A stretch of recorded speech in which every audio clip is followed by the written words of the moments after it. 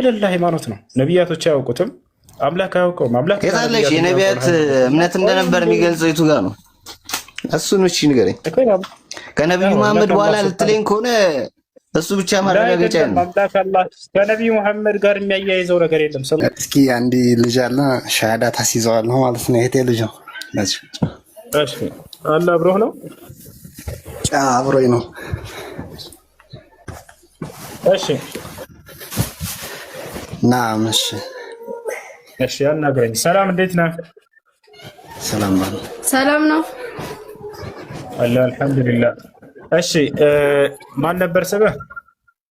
ናቲ። ናቲ እሺ እስልምናን መቀበል ፈልገህ ነው? እስልምናን መቀበል ፈልገህ ነው? አዎ። እሺ ናቲ የምለውን ቃል አብረኸኝ እየተከተልክ በል። እሺ እሺ እሺ አሽሃዱ አላ ኢላሃ ኢለላህ ወአሽሃዱ አነ ሙሐመደን ረሱሉላህ። ማሻአላህ ጨርሰሃል። ለአላህ ምስጋና ይገባው። አሁን ያልከው ቃል የሸሃዳ ቃል ወይንም የምስክር ቃል ይባላል። ትርጉሙ አሽሃዱ አን ላ ኢላሃ ኢለላህ ማለት እነሆ ከአንዱ ከአላህ በስተቀር በእውነት የሚመለክ ሌላ አምላክ የለም ብዬ መሰክራለሁ ማለት ሲሆን፣ ወአሽሃዱ አነ ሙሐመድን ረሱሉላህ ማለት ደግሞ ሙሐመድም የአላህ መልእክተኛና ነብይ ናቸው ብዬ መሰክራለሁ ማለት ነው። እንግዲህ ዛሬ ወደ እስልምና ሃይማኖት ተቀላቅለሃል። ኢስላም ብሎ ማለት የነቢያቶች ሁሉ ሃይማኖት ነው። አምላክ ለነቢያት ሁሉ አንድ ጊዜ የደነገገላቸው ሃይማኖት ነው። ይሄ ሲናገር አምላካችን አላህ ምን ይላል? ሸረዐ ለኩም ሚነ ዲን ማ ወሳ ቢሂ ኑሐን ወለዚ አውሐይና ኢለይከ ወማ ወሰይና ቢሂ ኢብራሂመ ወሙሳ ወዒሳ ይላል። እነሆ ይሄን እስልምናን ሃይማኖት እኔ ደነገግኩላችሁ ከዚህ በፊት ኖህን፣ አብርሃምን፣ ሙሴን፣ መሲሁን ወይንም ክርስቶስን አዝዥባቸው የነበረውን ሃይማኖት እያለ ይናገራል። እንግዲህ ነቢያቶች ሁሉ የታዘዙበት ሃይማኖት ነው ማለት ነው። ኢስላም ብሎ ማለት ምን ማለት ነው? ኢስላም ብሎ ማለት አንድና ብቸኛ ለሆነው አምላክ መገዛት ማለት ነው። በእርሱ ላይ ቅንጣትን ሳታጋሩ እርሱን በብቸኝነት መገዛት ማለት ነው። ነቢያቶች ሁሉ ሊያስተምሩ የመጡት ስለዚህ ነው። አንድና ብቸኛ ስለሆነው አምላክ ሊሰብኩ መጡ እንጂ በፍጹም አምላክ አንድም ሶስትም ነው ብለው ያስተማረ ነቢይ የለም። ያ አምላክ ደግሞ ከመለኮታዊ ባህሪያቶቹ እርሱ ዘላለማዊ ሕያው እንደሆነ አስተምረዋል። በፍጹም የሚሞት አይደለም። ሞት እርሱ ጋር የለም። ሞት ያለው ፍጥረታት ጋር ብቻ ነው። አምላክ ስለ እኔ ኃጢአት ሲል ሞተልኝ ብሎ ሂሳብ የለም። መሞት የፍጡር ባህሪ እንጂ የፈጣሪ ባህሪ አይደለምና ማለት ነው። እሺ ናቲ ስምህን መቀየር ከፈለግ እንቀይርልሃለን። ቻርት ወስድና ስለ ሶላት አስተጋገድ ከአጠገብ ያሉ ሰዎች ያስተምሩሃል። የዚህ ለአንተና ለመሰከርከው ለአንድ አምላክ ለአላህ ብቻ መስገድን ትጀምራለህ ማለት ነው። እሺ ናቲ የምትወደው ደስ የሚልህ ስም አለ? አዎ። እሺ ማን የሚል ስም ትወዳለህ? መሐመድ። ሙሐመድ። አላሁ አክበር አላሁ አክበር አላሁ አክበር። ሙሐመድ ማለት ምስጉኑ ማለት ነው። የነቢያችን ሰለላሁ ዐለይሂ ወሰለም ስም ነው። አላህ ስብሐነሁ ወተዓላ ነው ይሄን ስም መርጦ የሰጣቸው። ነቢያችን ሰለላሁ ዐለይሂ ወሰለም ሲናገሩ ምን አሉ? ሐዲስ ላይ ሊየ ኸምሰቱ አስማ ለእኔ 5 ስሞች አሉኝ አሉ። አነ ሙሐመድ ወአነ አሕመድ ወአነ አልማሒ ወአነ አልሐሽር ወአነ አልዓቂብ አሉ። እኔ ሙሐመድ ነኝ እያሉ ተናገሩ። እኔ አሕመድ ነኝ እያሉ ተናገሩ። ስለዚህ ምስጉኑ ማለት ነው። ለምን በዚህ ተጠሩ ከተባለ ሊአነ አልኸላኢቅ የሕመዱነሁ የውመ አልቂያማ ምን አወሊህም ኢላ አኽሪህም ወምን እንሲህም ኢላ ጀንህም ወምን አስገሪህም ኢላ አክበሪህም እንዳለ ፍጥረት ሁሉ የትንሣኤ ቀን ቆሞ የሚያመሰግንባቸው ጊዜ ስለሚመጣ ነው። ያ ማለት ለሰው ዘር የዋሉት ትልቅ ሁኔታ ለነቢ ሰለላሁ ዐለይሂ ወሰለም ፍጥረታትን ከማምለክ ፈጣሪን ወደ ማምለክ ጥሪ አድርገውለታል። ይህን ህዝብ ከባዕድ አምልኮ ሁሉ አውጥቶታል። ስለዚህ ነቢ ሰለላሁ ዐለይሂ ወሰለም ከስሞቻቸው መካከል አንደኛው ስም ነው ሙሐመድ የሚለው ደስ የሚል ስም ነው። ከዚህ በኋላ ሙሐመድ ነው ስምህ። ስለ ኡዱ አደራረግና ስለ ሶላት አሰጋገድ አስተምሩት። ሶላት ከእናንተ ጋር ይስገድ። ከዚያም ስለ ዲኑ እንዲማር በአቅራቢያ ወደሚገኝ መድረሳ አስገቡት። ከዚህ በኋላ ዲኑን በደንብ ተምሮ ትውልዱን የሚጠቅም ይሆናል ኢንሻአላህ። አላህ መልካምን ነገር ይወፍቀው ኢንሻአላህ። አላህ ጀዛህን ይክፈልህ። ስዋ እንደ አይናችን ብለን የምንሳሳለው ወንድማችን አላህ ይጠብቅህ። በጣም ደስ ብሎኛል። እኔም ለእናትና ለአባቱ ደግሞ አላህ ሂዳያ እንዲሰጣቸው ዱዓ አድርግልኝ ማለት ነው። እሺ መርሐባ ወንድምሽ። ጀዛከላህ ኸይር። አላህ ይጠብቅህ ሀቢቢ። መርሐባ ወንድም። ወያኩ። እሺ ጥያቄ ያለው መቀጠል ይችላል። ሰላም አለይኩም። ወአለይኩም ሰላም ወራህመቱላሂ ወበረካቱ። የኔው ልድገመው? እሺ ድገመው። እሺ ረሳሁት፣ ይቅርታ። ችግር የለውም። እቤት ውስጥ ግድግዳ ላይ አብዛኛው ሰው ሀያተል ኩርሲ ሌላም ሊሰቅል ይችላል። እንደዚህ አይነት ነገር በእስላም ደረጃ እንዴት ይታያል? እሺ أفتى الشيخ العلامة الإمام عبد العزيز بن باز رحمه الله تعالى تلاقوا عليه الشيخ عبد العزيز بن باز رحمه الله تعالى بس يقول لا تطيقوا منالو تعليق الآيات القرآنية والأحاديث النبوية إذا كان للتدارس فهذا لا بأس به، أما إذا كان للزينة فهذا لا يجوز. منالو الشيخ عبد العزيز بن باز የቁርአን አናቅጾችንና ነብያዊ ሐዲሶችን ግድግዳ ላይ በመጻፍ ማንጠልጠል ወይንም መለጠፍ ለመማማር ከሆነ ችግር የለውም ብለው ተናገሩ። ለምሳሌ ህፃናት ቤት ውስጥ አሉ ሱረቱል ኢኽላስ፣ ሱረቱል ፋቲሃ፣ ሱረቱል ፈለቅ፣ ሱረቱል ናስ እነዚህን ከልጅነታቸው ጀምረው እያዩ እየቀሩ እንዲያድጉ ታስቦበት ከሆነ ይሄ ለመማማር ነውና ችግር የለውም አሉ። ነገር ግን ለጌጣጌጥነት ብሎ የሚጠቀም ሰው አለ። አያተል ኩርሲይን ያስጽፍና ለቤቱ ጌጥ። ቁርአን የወረደው ለቤት ጌጥ እንድታደርጉት አይደለም። አላህ በቁርአን ላይ ሲናገር ምን አለ? ቁርአንን ያወረደበትን ዓላማ ኪታቡን አንዘልናሁ ኢለይከ ሙባረኩን ሊየደበሩ አያቲሂ ወሊየተዘከረ ኡሉል አልባብ አለ። ይህን ቁርአን የተባረከ ሲሆን ወደ አንተ አወረድኩት ይልሃል። ለምን? ሊየደበሩ አያቲሂ አናቅጾቹን ሰዎች ሊያስተነትኗቸው ዘንድ ሊማሩባቸው ዘንድ። ስለዚህ ለመማማር እንጂ የወረደው እንደ ጌጣጌጥ አድርገን ልንለጥፈው አይደለም። ስለዚህ ለመማማር ከሆነ ችግር የለውም። ጌጥነቱን አስበው ከሆነ ግን ለቤት ውበት እንዲሆን ብሎ አስበው ከሆነ አይቻልም። አይ መርሐባ። እሺ አብዱልከሪም። ሰላም አለይኩም ኡስታዝ። ወአለይኩም ሰላም ወራህመቱላሂ ወበረካቱ። እንዴት ነህ? አሰላሙ አለይኩም። አለን አልሐምዱሊላህ። እሺ አብዱልከሪም እና ሳሙኤል ትቀጥላላችሁ። ሳሙኤል እንዴት ነህ? ጸጋና ሰላም ይብዛልህ። አሜን፣ እግዚአብሔር ይመስገን። እንዴት ናችሁ? አለን አልሐምዱሊላህ። እሺ አብዱልከሪም አውራ። ሳልፍ አየሁና ጥያቄ ለመጠየቅ ፈልጌ ነበር። እሺ ጥያቄ ምንድን ነው? እስልምና የነቢያቶች እምነት ነው ይባላል እና ከቁርአን ውጪ ምንድነው ማስረጃው? ነቢያቶች እነ አብርሃም ወይም ኢብራሂም እነሱ አላህን ያመልኩ እንደነበረ ማስረጃው ምንድነው? እስቲ እሱን ንገረኝ እስቲ ከቻልክ። እሺ ከቁርአን ውጪ መሆኑ መስፈርት አይደለም። ባን ይሄን መስፈርት ያመጣልህ ከየት ነው ያገኘው?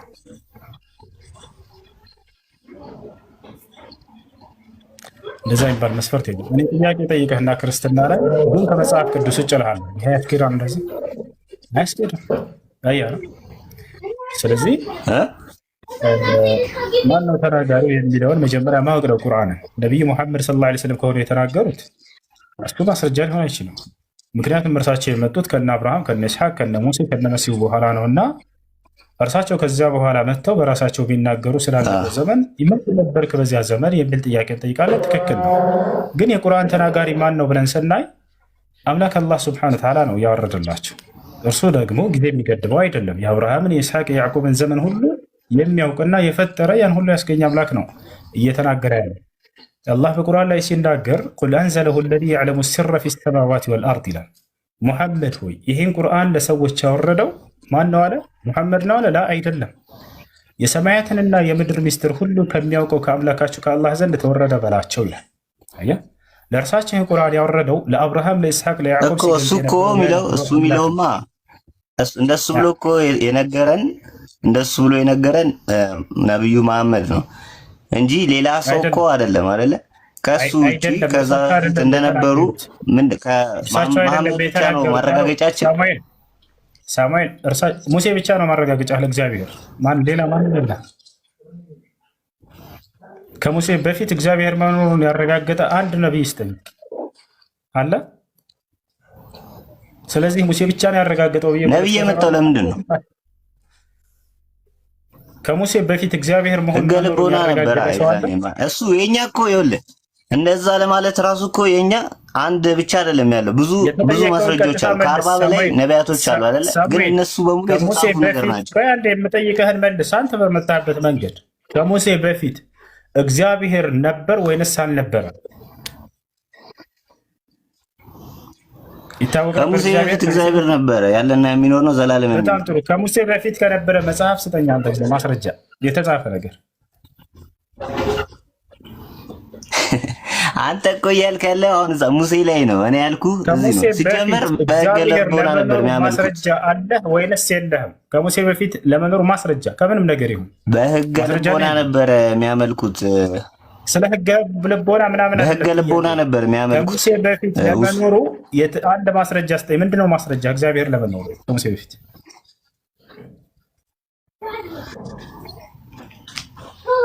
እኮ በህገ ልቦና ማምለካቸው ነው። በቃ ማስረጃው ይሄ ነው።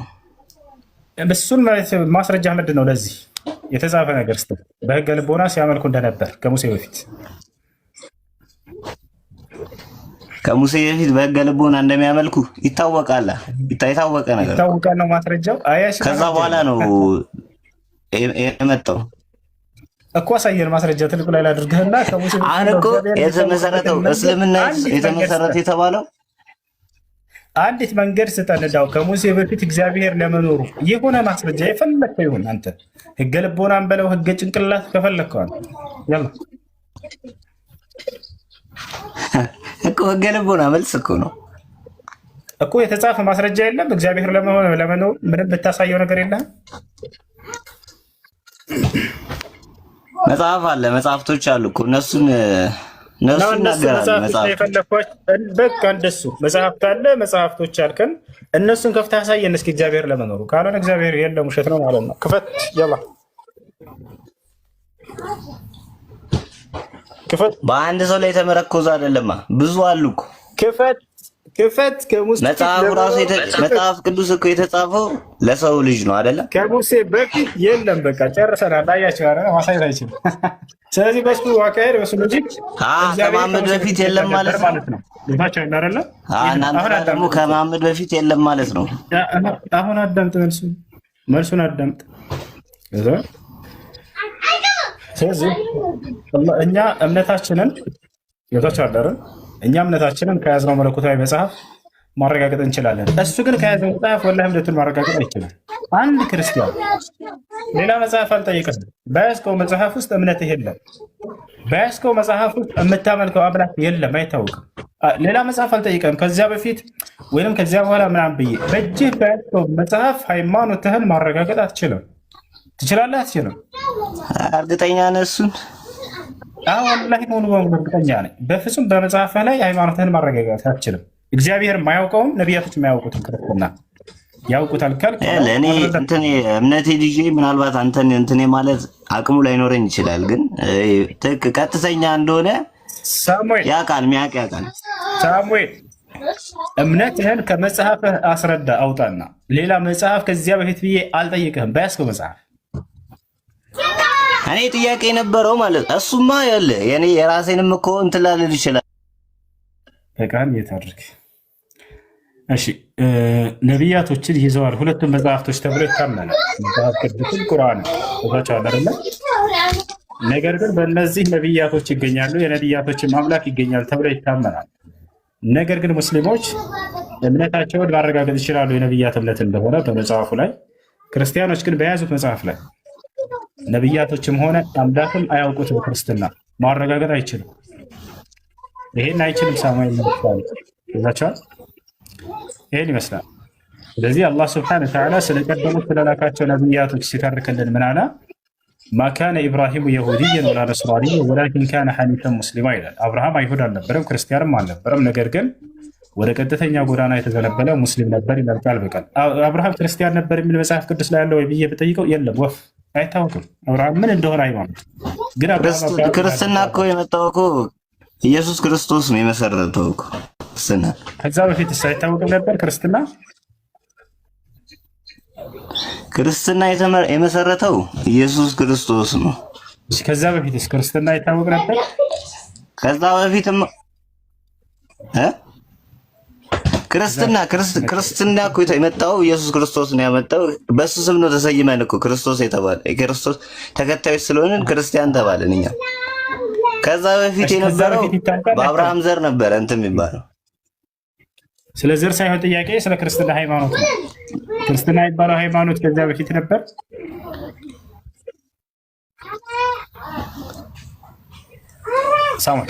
ሃይማኖቱ አለ ክርስትና ተብሎ ክርስትና የሚባለው ኢየሱስ ክርስቶስ ከመጣ የመሰረተውን ነው። ከዛ በፊት የነበረው በአብርሃም ነበር የሚታወቀው፣ በአብርሃም ልጅ ነበረ። እሺ ክርስትና የሚለው አይሁዶች ማለት ነው። ክርስትና የሚለው ቃል አለ መጽሐፍ ቅዱስ ላይ ማለት አለበት። እኛ እኮ በመጽሐፍ ቅዱስ ብቻ አይደለም ማመን መሰረት ከመጽሐፍ ቅዱስ ላይ ነብያቶች ክርስትና የሚል ቃል የለም። መጽሐፍ ቅዱስ ላይ ክርስትና የሚለው ቃል የለም ብራ የለም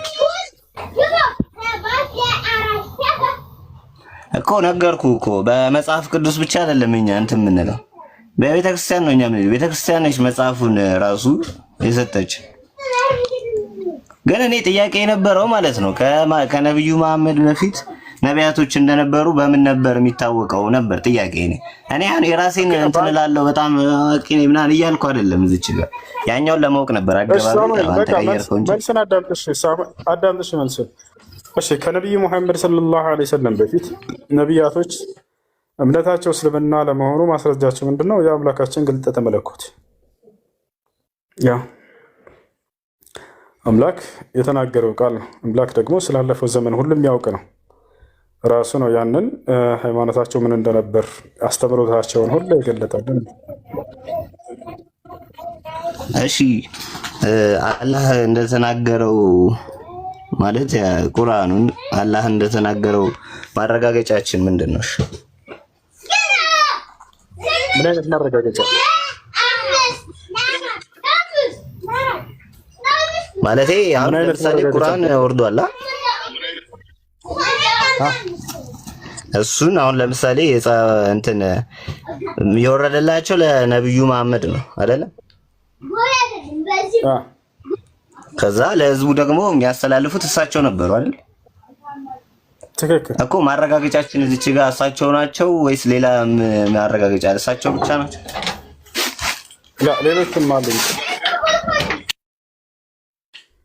ሌሎችም ደቀ መዛሙርቶቻቸው አሉ ወይንም ሰሃቦች የሚባሉ አብረው ያዩ ነበር፣ ይሰሙ ነበር። ገብርኤልን ያዩታል፣ ይሰሙታል ቃልን ሲያመጣ ጊዜ ሳሙኤል ሌሎች ሰዎች ሌሎች ሰዎች ይሰሙ ነበር። ማስረጃ ትችላለህ? ሳይ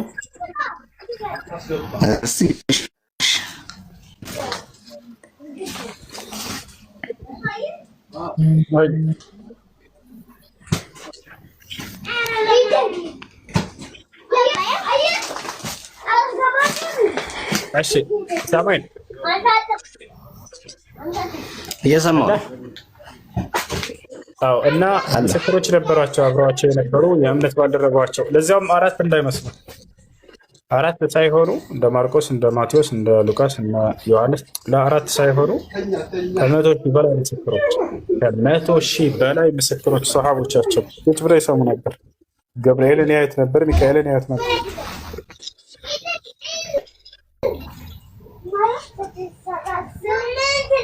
ሰማ ሄሎ እየሰማሁ ነው። እና እነዚህ ሁሉ ምስክሮች ነበሩ። ባጭሩ ከ100,000 በላይ ቁርአኑ ሲወርድላቸው ለሳቸው ማለት ነው። መለኮታዊ ራእይ ሲገልጠ መለኮት ሲመጣላቸው እነዚህ ሁሉ ሰሃቦች ቁጭ ብለው ያዩ ነበር፣ ገብርኤልን ይሰሙት ነበር። እሱ ነገር ተጽፎ ነው ወይስ እንደዚህ እንትን ነው? በታሪክ ነገር ነው ወይስ የተጻፈ ነገር ነው? በታሪክ አይደለም የተጻፈ ነገር ነው እንጂ።